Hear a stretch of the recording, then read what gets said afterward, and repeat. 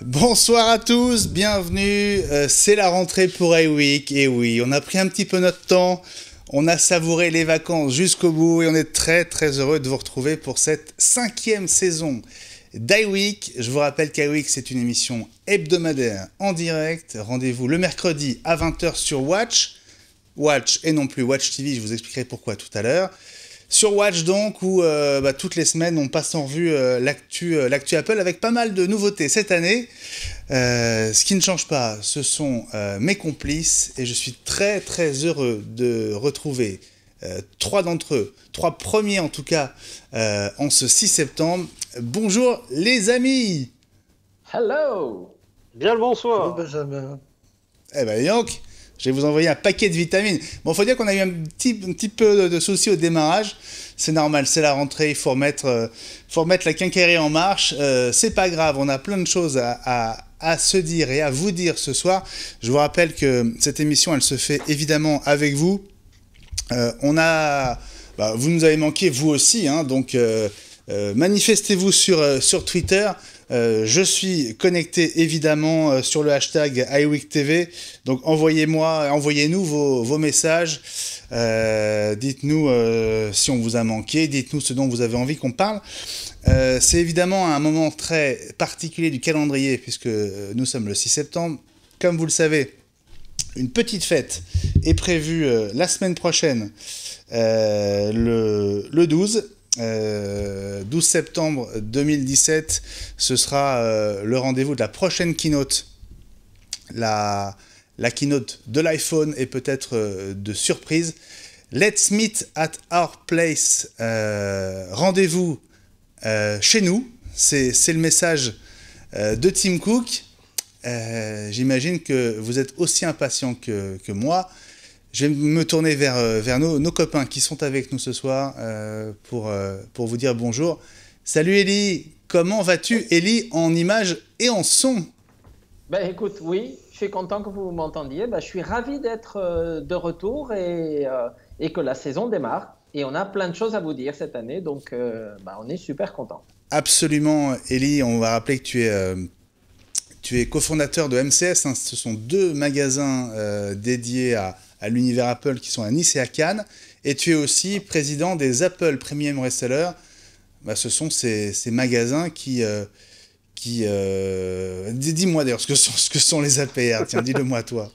Alors, les APR, ce sont des revendeurs Apple monomarques, en fait. Ce sont des magasins qui ont décidé de vendre Apple et tout l'écosystème Apple, donc les ordinateurs, les accessoires, les services qui vont autour, et qui ont été longtemps les précurseurs de ce qu'ont été les Apple Store, puisque pour l'anecdote, en fait, les APR qui s'appelaient Apple Center avant, existaient déjà. Et puis un jour, Steve Jobs venant en France pour une de ses keynotes, à l'époque quand il en faisait, se baladant dans Paris, a vu le magasin d'un de mes confrères et il a trouvé sympathique l'idée qu'un magasin ne vende qu'Apple, ce qui ne se faisait pas du tout aux États-Unis.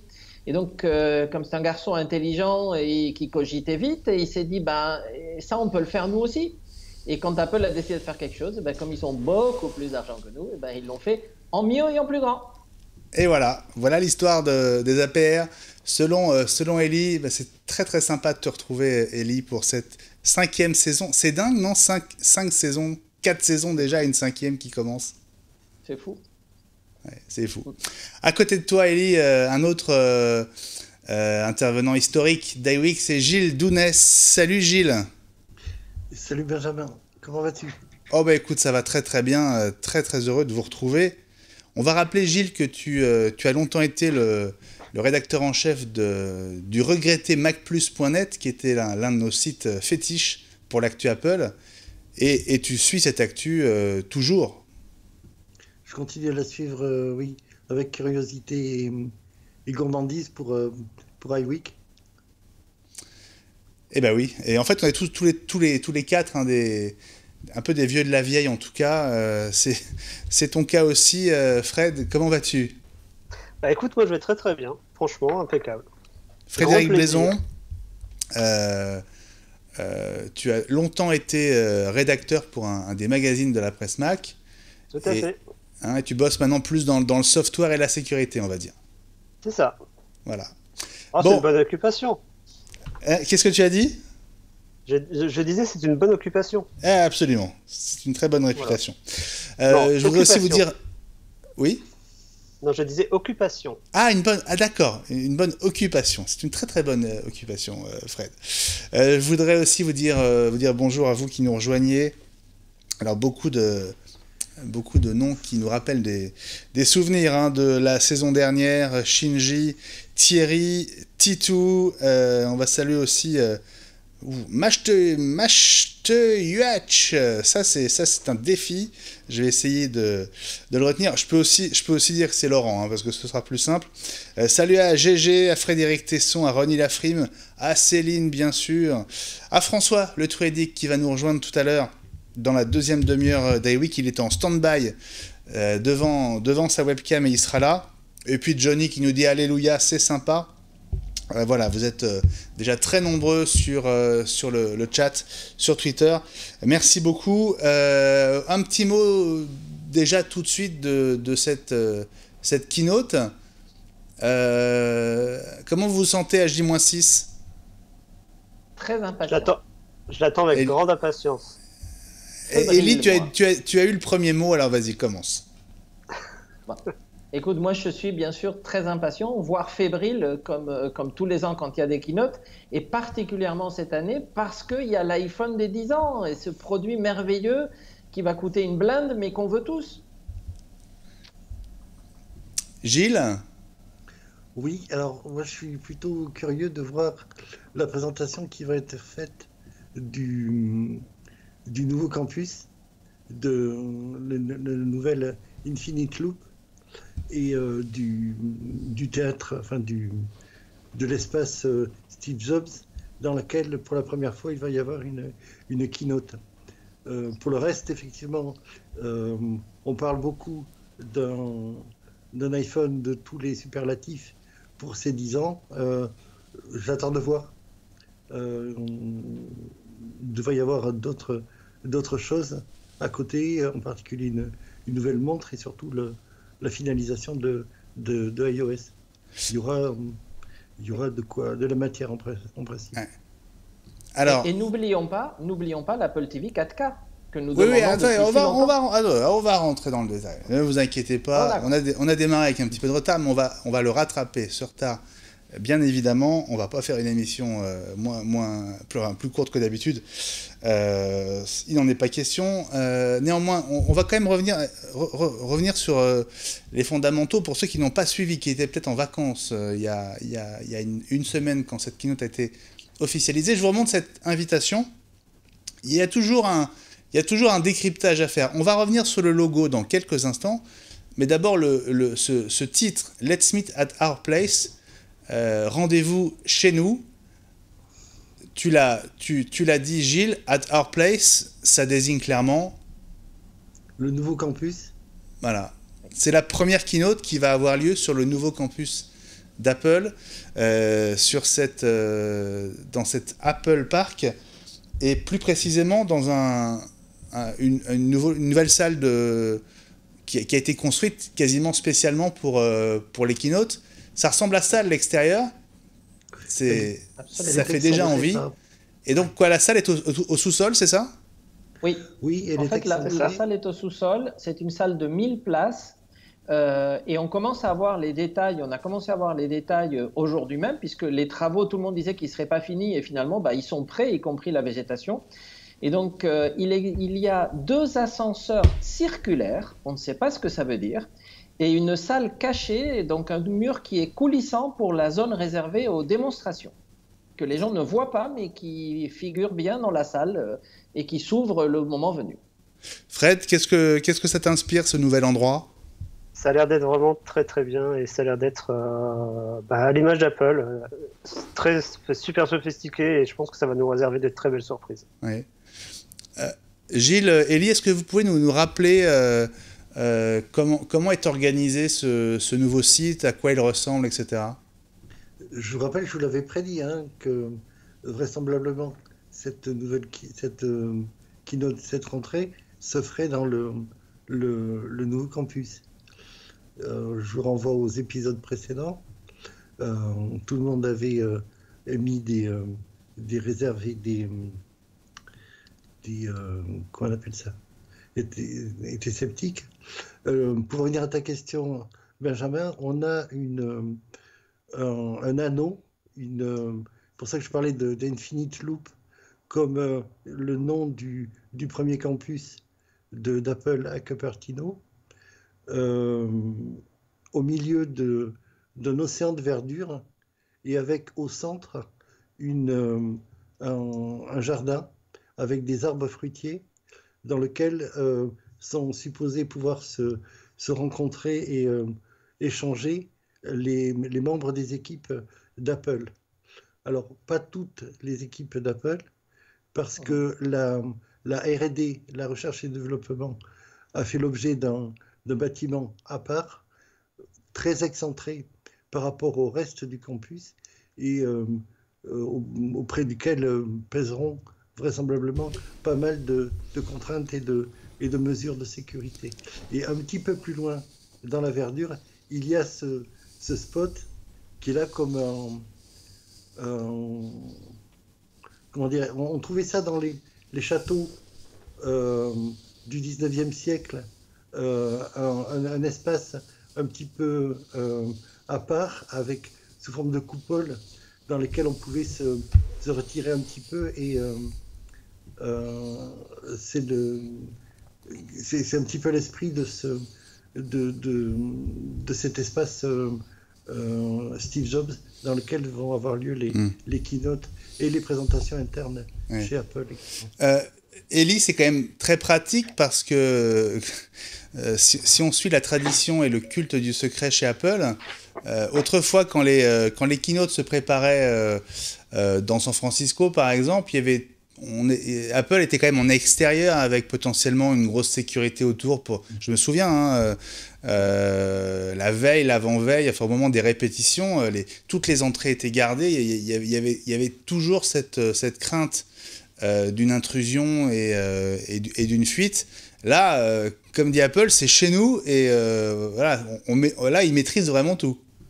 Absolument. Là, ça va être vraiment compliqué parce que rappelle-toi, quand il y avait des keynotes, surtout lors de Macworld Expo ou lors de la conférence des développeurs, le jeu consiste à deviner les banners, qui sont généralement les grandes bannières énormes qu'Apple pend pour préparer les annonces et qui recouvrent de noir, et tout le monde essaye de soulever le drap pour voir de deviner au travers ou d'utiliser des flashs très puissants pour essayer de voir à travers. Et là, ça va être compliqué parce que c'est en sous-sol. Il y a deux façons d'y accéder. À mon avis, mettre 2 gardes, c'est mort.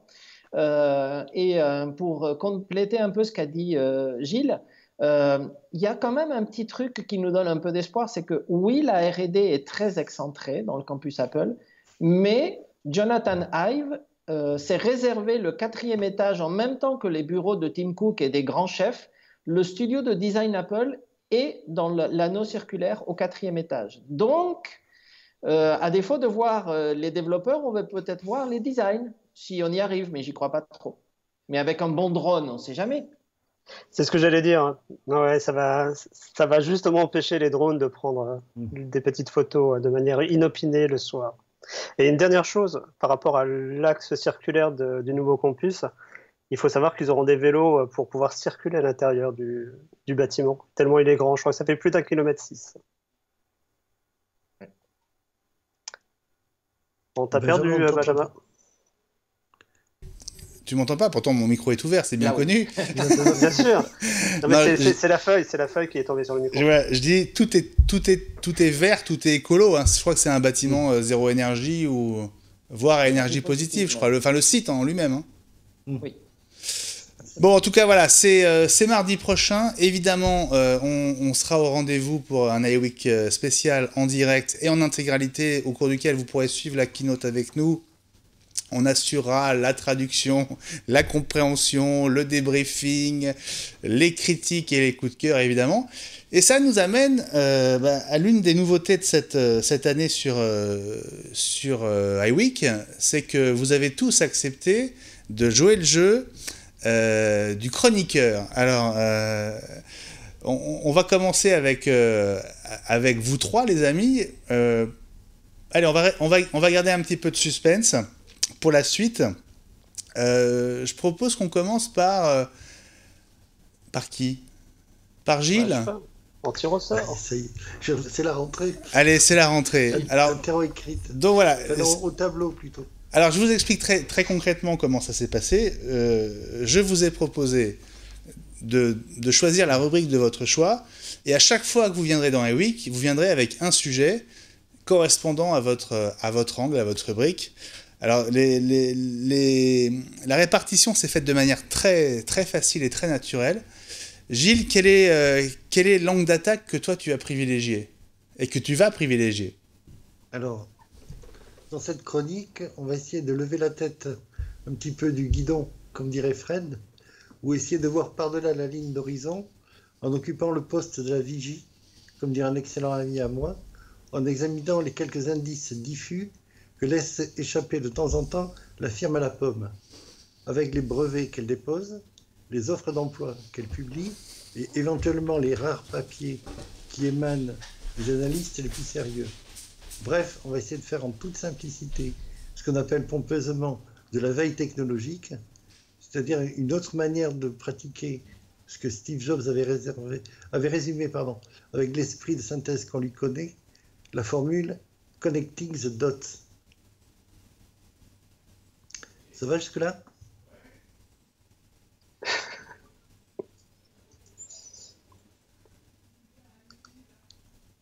Benjamin? Vas-y Gilles, continue. Bon, tu es seul. Donc, continue. Le 31 août dernier, Apple a été crédité d'un brevet déposé en septembre 2015 et publié le 17 mars dernier, brevet qui fait état de la possibilité de loger un certain nombre de capteurs ou d'interrupteurs au sein même de la structure d'un tissu spécialement fabriqué pour cela, par exemple le bracelet d'une montre intelligente au hasard.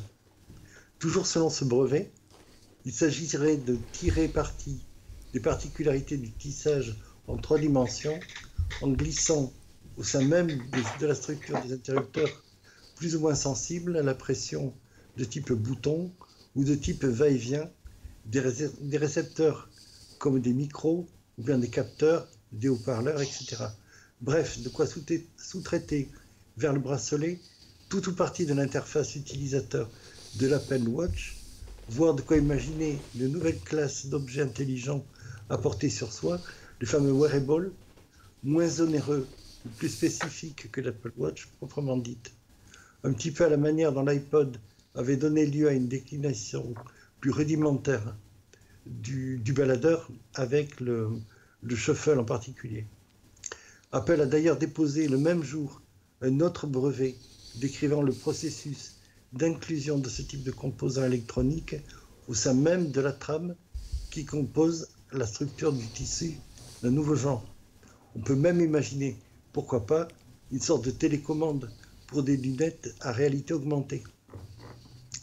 Même en ce qui concerne l'Apple Watch, telle qu'on la connaît depuis 2 ans et demi, Apple est confronté à un espace restreint, qu'il s'agisse de son interface utilisateur sur le petit écran tactile, et puis la couronne sur le côté, ou du point de vue des capteurs, sachant que le disque de recharge par induction occupe la majeure partie de la face interne de la montre.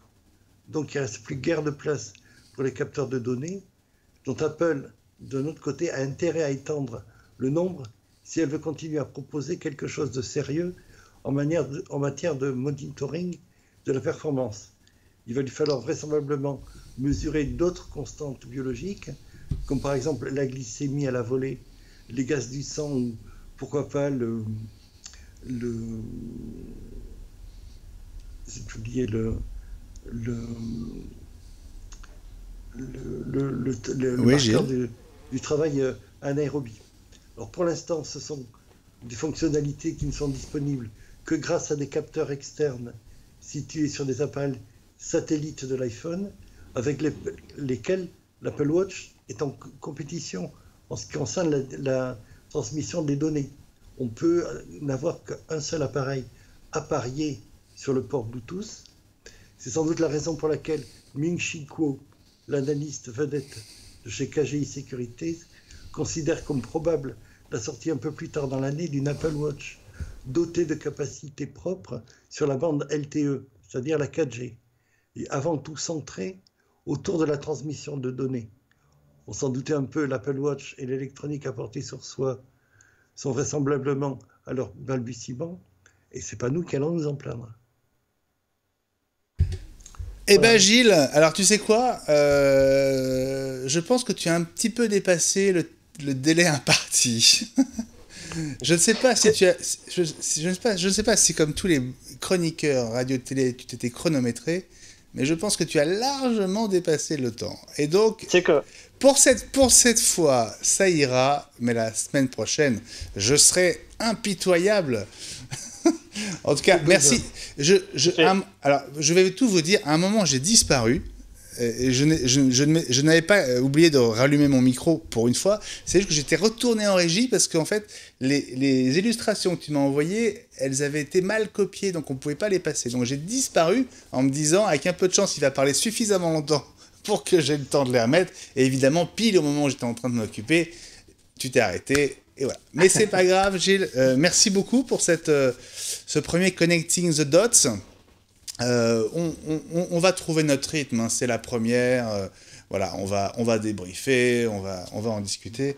Mais c'est super d'avoir comme ça des sujets qui s'appuient sur votre connaissance et votre expertise. Vous êtes très très nombreux hein, à nous rejoindre, y compris il y a des fidèles et puis des internautes qu'on a moins l'habitude de voir. Salut Padrick notamment qui est avec nous et qui nous dit hello à tous.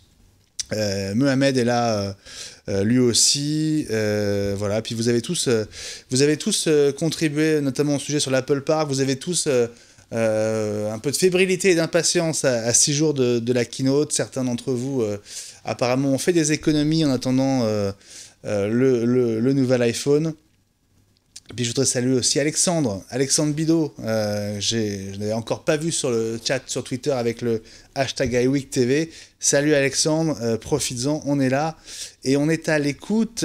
Salut aussi Alice, alias NVRN. Voilà, vous êtes trop nombreux en fait pour que je vous cite tous, mais ça fait très très plaisir de vous retrouver. On va comme ça alterner les chroniques et l'actu, donc on va continuer sur la keynote. On a parlé du lieu, c'était une manière d'introduire le sujet. Je voudrais qu'on parle maintenant du contenu de cette keynote, de ce qui pourrait être présenté. Bon, on n'a aucun doute sur le fait que le prochain iPhone arrive mardi prochain, en tout cas est dévoilé mardi prochain. Vous êtes tous d'accord ? Il est dévoilé, mais quand est-ce qu'il sera livré, c'est une autre question. C'est une autre question. Bon. A priori, tu devrais avoir deux jeux d'iPhone, l'iPhone 8 et possiblement un iPhone 7, 7S. Pardon. Alors, attends, parce que là, déjà, il y a... J'ai un petit peu embrayé, je suis désolé.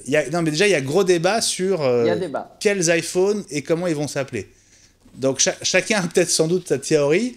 Toi, Fred, tu dis iPhone 8 et iPhone 7S, c'est ça ? Ouais, je suis très vieille école. Ouais. Mais maintenant, il peut peut-être se poser en rupture, hein, comme ils ont bien changé le nom de macOS 10. Ouais. Ils sont passés à macOS. Mais franchement, un iPhone 10 ans, je le vois pas trop. On va rappeler que c'est effectivement le 10e anniversaire du lancement de l'iPhone, puisque le premier modèle était arrivé commercialement en juin 2007 aux États-Unis. Donc ça fait effectivement 10 ans. Elie, est-ce que tu crois à un nom? Est-ce que tu crois que le nom sera aussi innovant que le modèle, que le produit?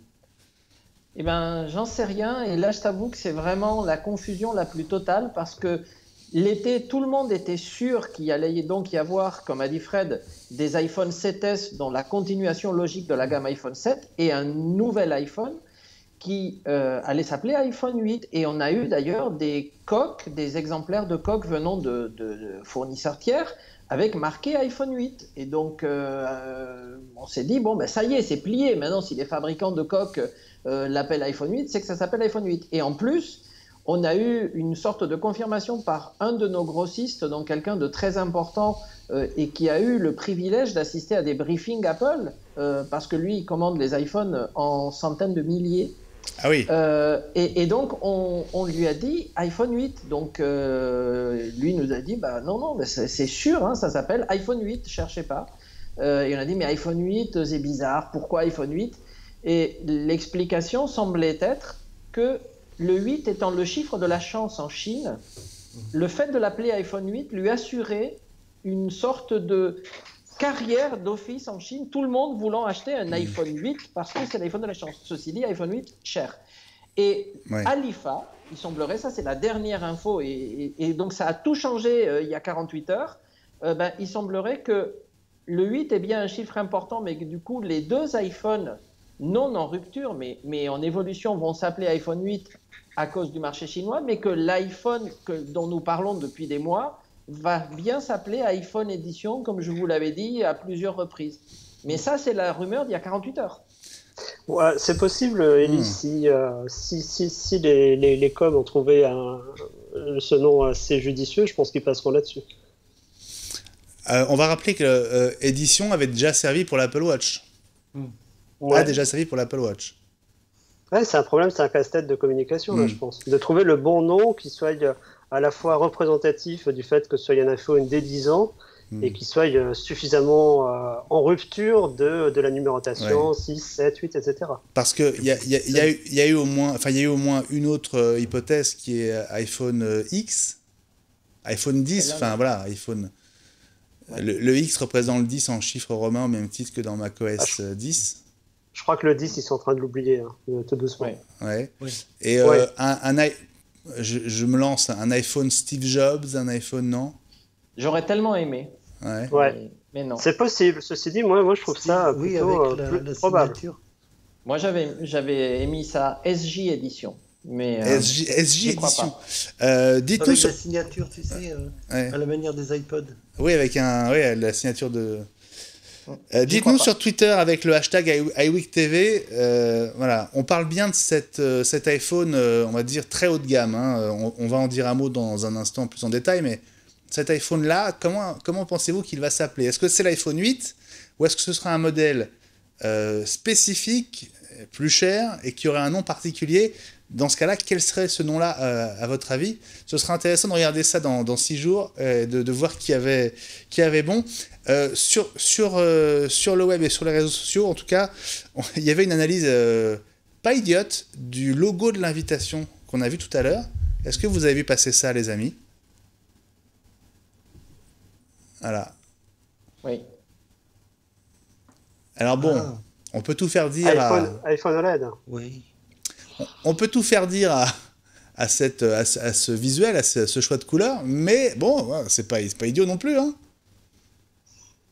Qu'est-ce que c'est dans la tradition du secret, des symboles, je trouve pas le bon c'est vrai qu'il y a toujours, le design des invitations n'est jamais gratuit. Il y a toujours une raison. Oui, c'est vrai, tout à fait. Et c'est vrai que ce logo qui mélange le bleu, le orange, etc. Il est pas commun parce que c'est pas du tout la couleur du logo Apple d'habitude. Il est pas commun, mais ceci dit, pour des raisons de patente, je crois qu'il puisse utiliser le mot OLED. J'ai pas. Non, mais quelque chose qui va s'en rapprocher sans doute. Ouais. Non, mais je pense pas qu'ils vont utiliser le mot OLED. En revanche, il y aura bien un écran OLED sur cet iPhone. Ça, c'est certain. C'est un écran OLED ou AMOLED ? Parce qu'on a entendu les deux, hein, et que c'est pas le même. C'est vrai. En termes de production, je pense que l'OLED est beaucoup plus simple, entre guillemets, à produire à l'heure actuelle. Je crois que l'AMOLED, Samsung se le réserve, hein, sauf erreur de ma part. Jusqu'à présent, oui. Jusqu'à présent, oui. Mais les écrans de ce futur iPhone sont pas fournis par Samsung, je crois. Hein. Si. Entre autres. Non, pour l'instant, non, c'est Samsung fournisseur principal avec une commande entre 70 et 90 millions pour le lancement qu'ils ont du mal à fournir parce qu'ils ont leur propre Galaxy et maintenant Note. Et donc, ça commence à être un problème parce qu'ils commencent à dire à Apple que ça va être compliqué. Et du coup, Apple chercherait un nouveau fournisseur, mais pour l'instant, c'est Samsung. Bon, bah écoute, ok, alors ça peut être de l'AMOLED, peut-être. Je vois défiler les tweets avec les hypothèses de nom. Il n'y a pas deux hypothèses identiques pour l'instant, je vous les lis quand même, c'est assez drôle.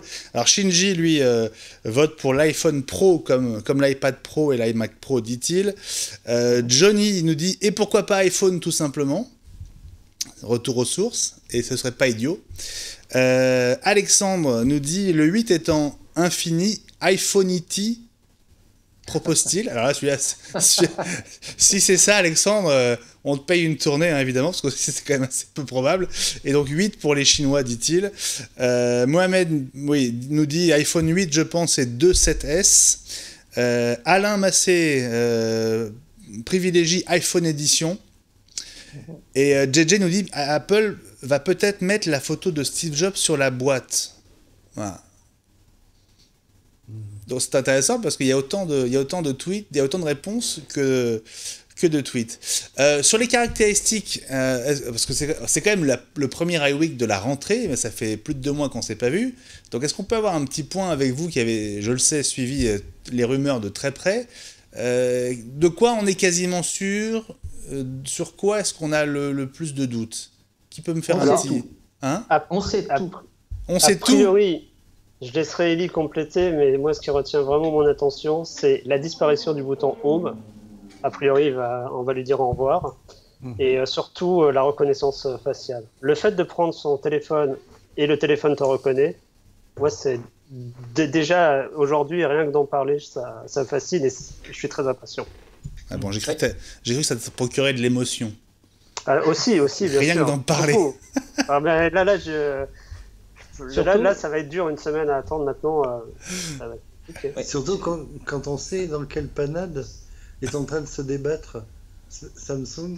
Avec le même genre de feature, où exactement comme pour la reconnaissance par empreinte digitale, qui était trompée par une photo, on arrive, un certain nombre de blogs en ont fait la démonstration, on arrive à tromper la reconnaissance faciale du dernier Samsung du S8, avec une simple capture d'écran, quoi. Oui.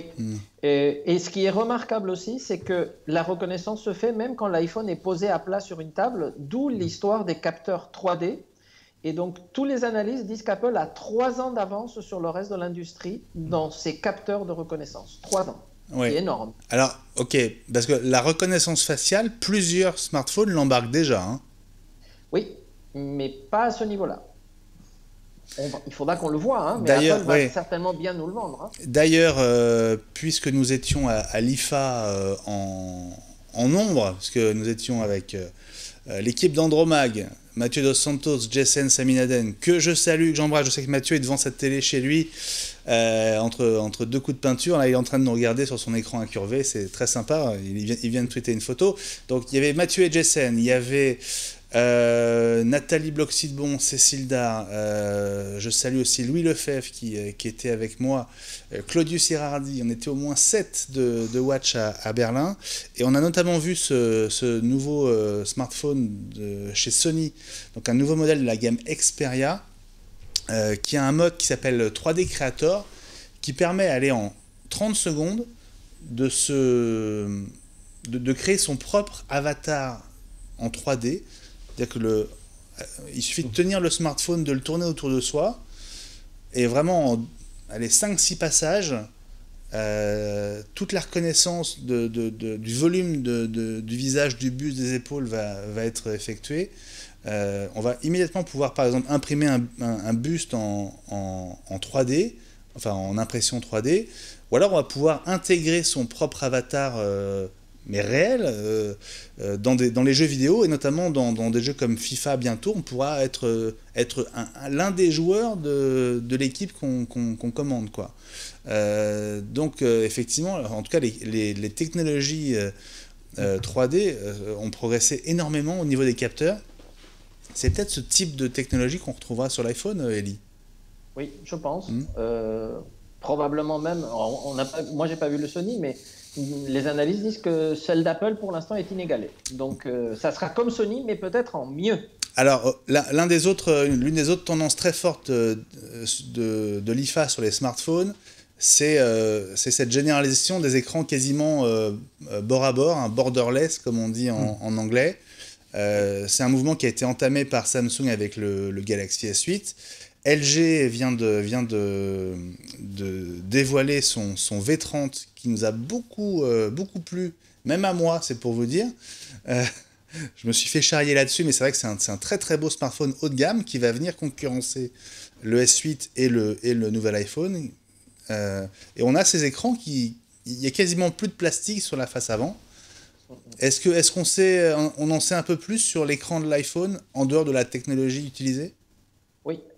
Par rapport au S8, qui a des petites bandes en haut, bas et en haut, ils appellent ça l'écran Infinity, mais il y a des petites bandes quand même. Le nouvel iPhone, celui dont on parle, est vraiment bord à bord. Il reste une petite encoche en haut de l'écran qui contient les capteurs, mais sinon le bas, il va vraiment jusqu'au bord, et en haut, il va aussi jusqu'en haut, sauf au centre où il y a une petite encoche. Et maintenant, on en est sûr et certain parce que certains développeurs ont désassemblé le firmware du HomePod Apple qui a été publié cet été, et dedans il y a un schéma, en fait une petite figurine de ce téléphone, et donc du coup c'est dans un produit Apple, donc on en est sûr. Absolument. C'était un design bleuté, c'est ça, assez simpliste, mais qui donnait quand même la forme de cet iPhone. On connaît la dimension aussi. Cette petite encoche, elle est dans certains viseurs depuis 10 ans, 10-15 ans, dans les viseurs de moyen format, pour donner avec le code couleur rouge, orange et vert sur la qualité de la lumière. Si on est sur le bon diaphragme et la bonne vitesse, on a des petites lampes comme ça qui s'allument avec le même type d'encoche qui mord sur le dépoli de visée. Et c'est exactement le même. C'est frappant. C'est exactement le même système. Sauf que là, c'est un emplacement qui va regorger de capteurs. C'est pas tout à fait le même usage. Oui. Non, mais c'est le même design, quoi. Oui, c'est le même design. Ok. Donc, disparition du bouton Home, écran intégral. Ce qui caractérise le S8, c'est quand même l'écran avec ses bords arrondis, ses bords incurvés. A priori, ça ne devrait pas être le cas sur l'iPhone. Hein. On est d'accord? Légèrement, mais pas autant. Ouais. Il y a aussi un autre point, il me semble. L'écran du V30 est légèrement enfin, il n'est pas incurvé comme le S8, mais il est légèrement courbe, en tout cas. Et puis, il y avait alors, juste une question.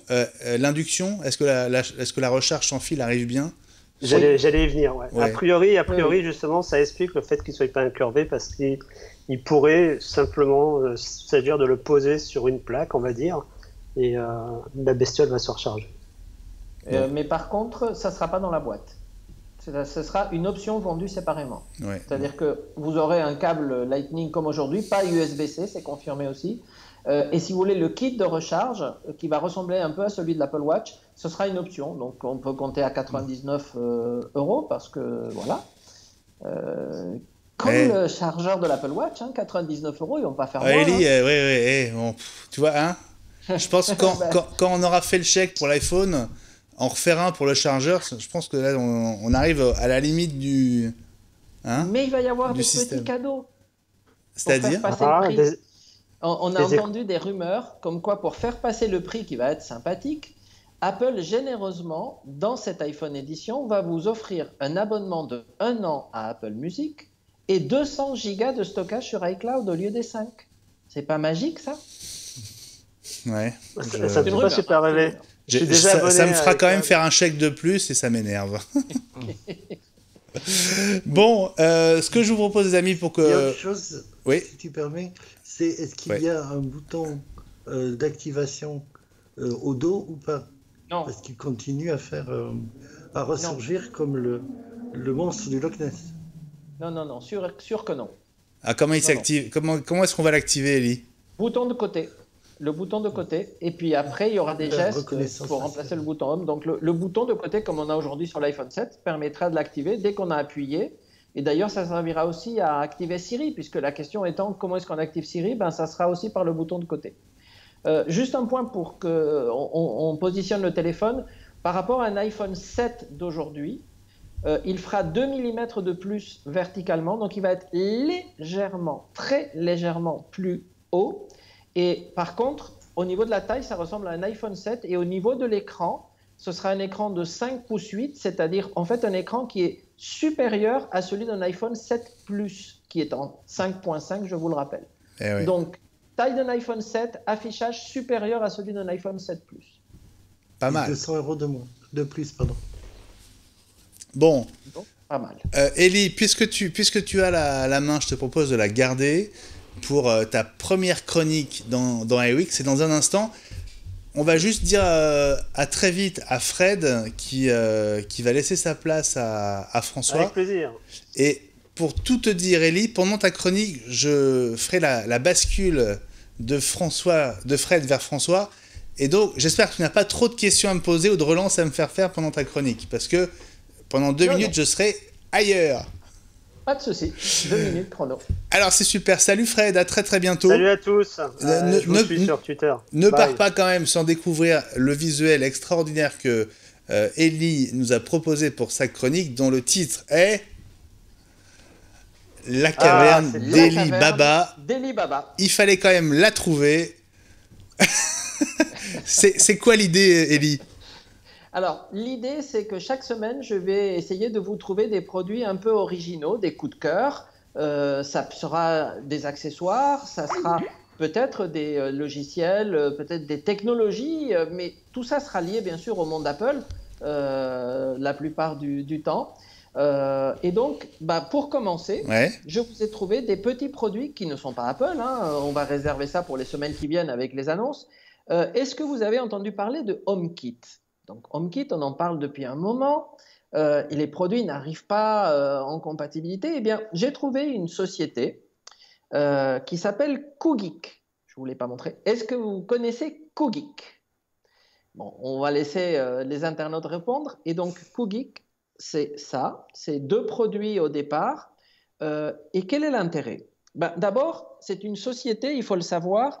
Il y a 6 sociétés dans le monde qui sont fabricants de produits HomeKit. Tout le monde n'est pas fabricant. Il y a des gens qui achètent des brevets. Ça, c'est une société chinoise. Et donc, ils ont sorti, un peu comme tout le monde, d'abord un produit qui est une prise connectée, une prise qui a un certain nombre de choses intéressantes. Et je crois que l'image s'est figée. Donc, on va essayer de... Je vais essayer... Je ne sais pas si tout le monde m'entend. Oui. Bon, parce que l'image, moi, elle est figée. Donc, je vais essayer de vous refaire l'image, voir si ça revient. Voilà. Donc, quel est l'intérêt ? Parce que des prises connectées, on en a vu chez Elgato, par exemple, mais celle-ci a un intérêt énorme, c'est qu'Elgato, la connexion est Bluetooth. Donc, dans une maison ou dans un jardin, dès que vous êtes un peu loin, il n'y a pas de connexion, tandis que celle-ci, elle est Wi-Fi. Et au niveau de l'appairage, le logiciel est super bien fait parce que ça active la caméra de votre iPhone ou de votre iPad. Ça scanne un peu comme une carte iTunes l'identifiant Apple et ça l'appaire instantanément. Donc, Wi-Fi, ça se connecte tout seul. Et ils ont fait, bien sûr, une lampe connectée aussi, un peu comme une lampe Hue que vous connaissez ou comme une lampe Eve chez Elgato. Mais celle-ci est Wi-Fi, donc on peut la mettre aussi très loin dans la maison. Et on n'a pas besoin de hub, c'est-à-dire que la lampe toute seule, prix de départ sur Amazon, 39 €. Pour 39 €, vous avez une lampe 16 millions de couleurs qui se branche directement et vous n'avez besoin d'aucun hub pour l'activer. Alors, comme c'est du HomeKit, évidemment, si je prends mon iPhone pour vous le montrer, donc il y a une petite application et donc j'appuie sur la prise, vous avez normalement une prise qui va s'allumer derrière moi et derrière, je peux allumer la petite lampe qui va bien, donc le temps de lancer l'appli et vous allez voir la petite lampe qui va arriver. Hop. Et qui va s'allumer directement et qui va pouvoir changer de couleur. Donc, c'est très simple et cette société-là, donc Cogeek, nous prépare un certain nombre de produits très intéressants avant la fin de l'année. Ils vont sortir une serrure pour porte de maison, mais qui ne sera pas Bluetooth, qui sera Wi-Fi, qui permettra de déverrouiller à distance ou en capteur de proximité sa maison. Et ils vont annoncer aussi toute une série de caméras, détecteurs de présence, etc. Pour l'instant, ils ne sont pas représentés en France, mais on trouve les produits sur Amazon. Tu parlais d'Elgato, Ellie? Oui. La marque du produit que tu viens de montrer, c'est quoi? C'est Koogeek. Koogeek. K-O-O-G-E-E-K. Koogeek. D'accord. À propos d'Elgato, on les a vus à Berlin, parce que c'est une marque qui est quand même très liée au monde Apple depuis longtemps.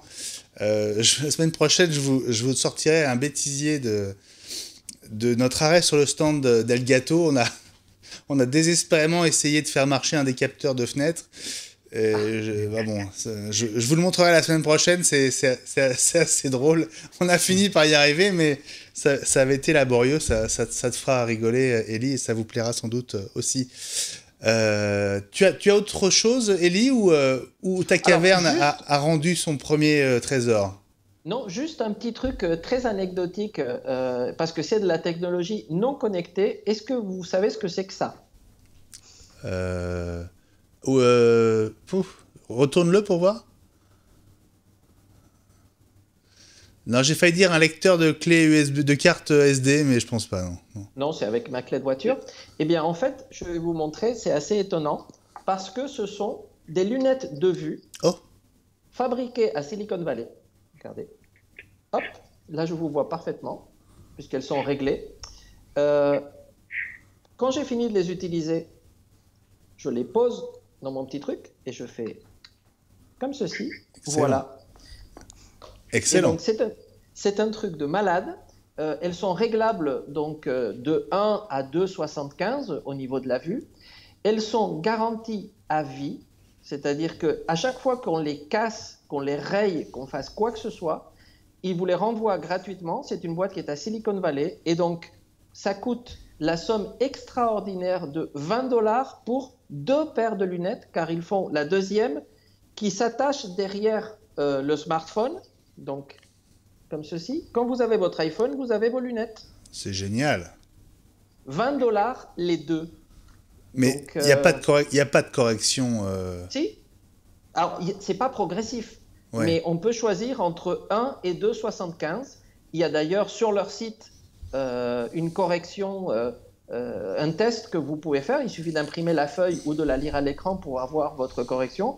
Et ça se plie dans tous les sens. Et vous pouvez la faire tomber, ça pèse 4 grammes. C'est un truc incroyable.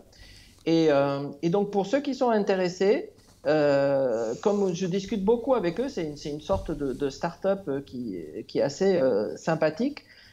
J'ai un lien que je peux vous envoyer gratuitement qui vous donne droit à 15% de remise et aux frais de port offerts depuis la Californie, ce qui est quand même pas négligeable. Pas mal.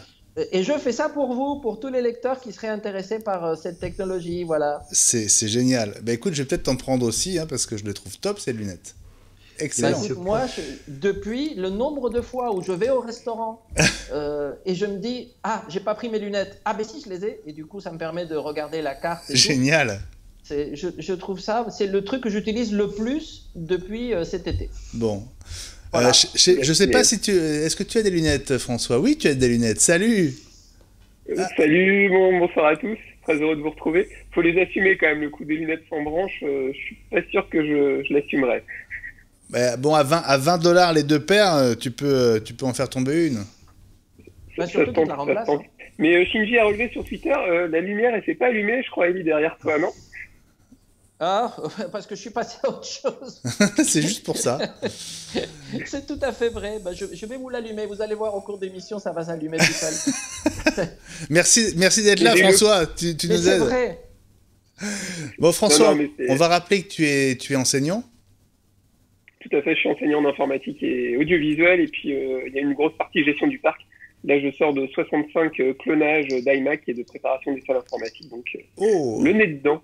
Oh, eh ben c'est une activité, une occupation que Guillaume Jette, qui sera là avec nous sans doute la semaine prochaine pour la keynote, connaît bien. Donc vous avez ça de plus en commun. Très heureux de te retrouver aussi, François. Et comme tous les autres, tu as accepté de jouer le jeu d'une petite chronique à chaque apparition dans eWeek. Qu'est-ce que tu nous réserves? Yes. Alors, ça fait son point, on peut s'en servir comme alter pour faire du sport aussi. Ouais. J'aime beaucoup l'univers Apple, ça tout le monde l'aura compris, et c'est vrai que j'ai décidé moi de me coller un peu sur l'aspect historique, et l'idée c'est d'essayer à chacun de mes passages de présenter un appareil Apple qui a marqué un peu l'histoire, et puis aussi un petit côté coup de cœur, parce que l'iMac, celui que je viens de vous présenter, c'est l'iMac tournesol, donc pour moi ça restera une des plus belles, si ce n'est la plus belle réalisation du duo Ive et Steve Jobs. Je pense que quand elle est sortie, alors moi je l'ai pas, c'est un cadeau qu'on m'a fait il y a quelques années, mais je l'ai pas acheté quand il est sorti, mais à l'époque ça a quand même marqué une grosse évolution dans l'univers Apple. Je pense que mes chers collègues peuvent abonder dans mon sens.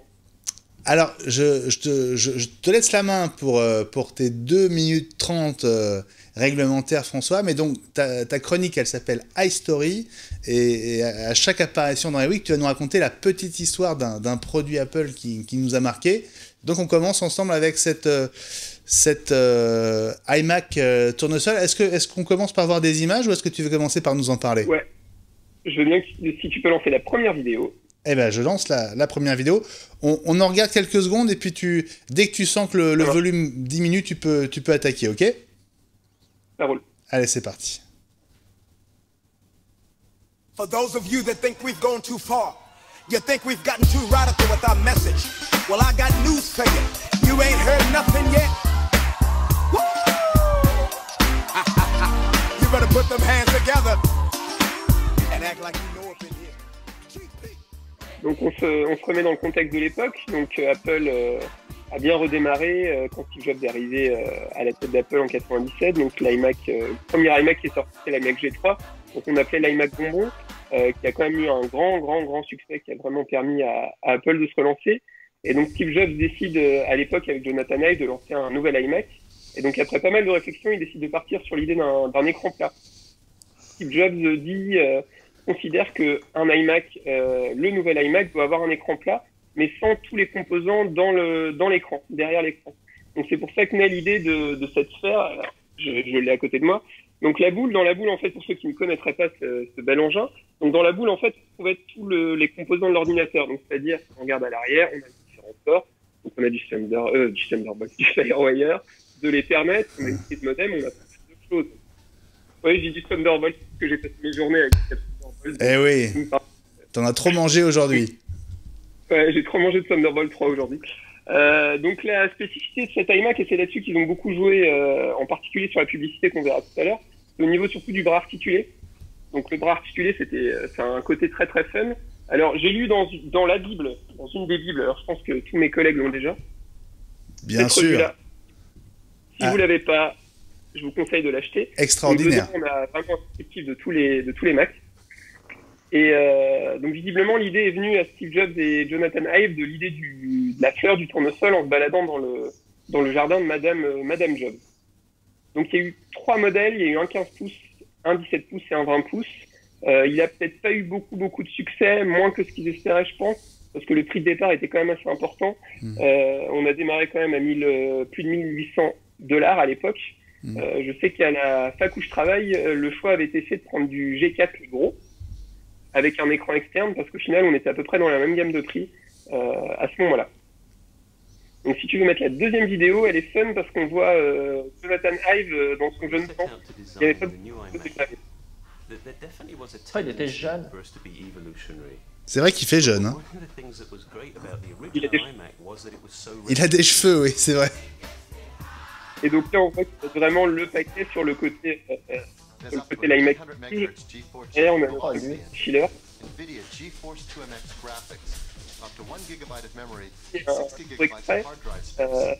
Donc l'iMac est sorti, le modèle G4 est sorti donc en début des années 2002. Début 2002, Steve Jobs ne voulait plus entendre parler d'écran cathodique, et finalement mes collègues pourront en parler. Ils ont sorti un modèle le Mac, c'est à destination éducative. Et il a eu pas mal de succès aussi. Et donc l'iMac a connu une courte carrière, au final 2 ans. C'est vrai, quand on voit l'iMac qui est encore au catalogue aujourd'hui, le design est quand même super ancien. Et alors que celui-là, le design a uniquement 2 ans. Et donc pour finir, il y a la petite publicité que j'avais fait en cours à l'époque. Notre prof vidéo nous a montré cette vidéo-là. Elle était vraiment marrante. Et je terminerai là-dessus et je pense que j'ai dû dépasser mes 2 minutes. Ah oui. Ah oui, elle nous avait tous marqué, celle-là. Elle était géniale, cette pub. Elle est énorme. Je peux dire 2 mots par rapport au prix. Vas-y, Gilles, bien sûr. Il avait été conçu, en fait, ce qu'on raconte dans iPod Backstage, ça fait partie des faux départs du retour d'Apple dans la compétition. Il avait été conçu dans le même esprit de blockbuster de l'iMac G3 avec cet écran. C'était le premier modèle avec qui généralisait l'écran TFT et le prix avait été conçu de manière très très agressive. Les pré-réservations ont battu tous les records et malheureusement il y a eu à la fois je ne sais plus si c'était un tremblement de terre ou une inondation à Taïwan qui a détruit un certain nombre d'usines de composants électroniques parce que la mémoire vive aussi était de dernière génération, ce qui se faisait jamais pour un ordinateur grand public comme ça. Et donc ils ont été obligés de monter le prix. Apple a pris à sa charge la moitié du surcoût en demandant aux clients de prendre en charge la deuxième moitié et ça a tué dans l'œuf la dynamique qui était partie pour être la deuxième marche du retour d'Apple dans la compétition. En tout cas, nous, on en a vendu des tonnes de ce modèle. Des tonnes. Moi, j'ai et eu des le tonnes. 17 pouces. Oui, tu disais que ça n'avait pas été un gros succès, François, mais ça m'étonne parce que. Moins que le G3 quand même. Non, enfin, je sais pas, c'est. Non, c'est un des plus populaires. Et tu sais qu'on en a encore 2 en activité chez nous. Je sais que ça a l'air incroyable, mais on en a encore 2 qui marchent. Ouais, ça m'étonne pas. Il marche le mien. Juste, il nous reste une minute, même pas. Allez, 30 secondes, François. Je voudrais avoir ton sentiment sur la keynote de mardi prochain. Donc, 18h30, rendez-vous sur Watch. Comment tu la sens, cette keynote ? Ça promet, je pense qu'on va être agréablement surpris par ce nouvel iPhone. Je suis totalement d'accord avec ce qui a pu être échangé avec mes collègues. J'espère que le Touch ID dans le dos, non. On avait déjà eu l'occasion d'échanger l'année dernière. Et puis par contre, la grosse question, c'est le prix.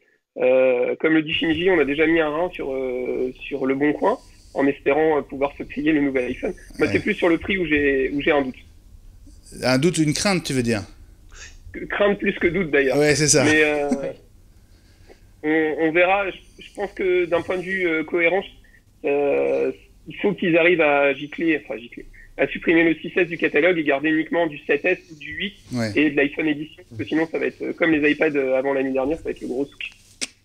Eh ben super les amis, merci d'avoir été là. C'était un petit peu rock'n'roll pour cette reprise. Faut vous remettre toute la machinerie en marche, mais ça y est, on est de retour pour de bon et on vous retrouvera donc non pas mercredi mais mardi prochain 18h30 pour la keynote de l'iPhone 8 on va dire en direct et en intégralité. Merci beaucoup à tous les 4. Élie, salut, à la semaine prochaine. Salut Gilles, salut à François et je salue aussi Fred qui nous a quittés. Vous nous suivez sur iWeek Watch sur Twitter, vous continuez de réagir avec le hashtag iWeekTV. La semaine prochaine, d'autres surprises, peut-être le nouvel habillage et plein de news évidemment pour la keynote. Salut à tous et très bonne soirée sur Watch où les programmes continuent. Ciao.